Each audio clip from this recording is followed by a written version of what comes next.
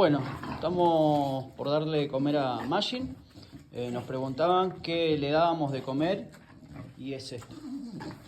Picada Es de barro. una picada de barro que le hace mi señora, Vení, va. casera. Y bueno, Toma. esto es lo que le damos.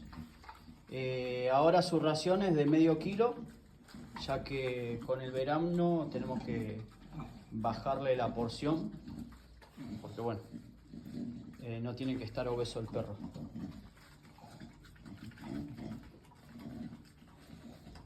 Y así se va manteniendo nuestro gordo bello.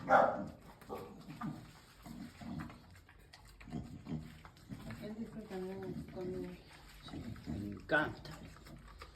Es que se manchó con comida. Pero che.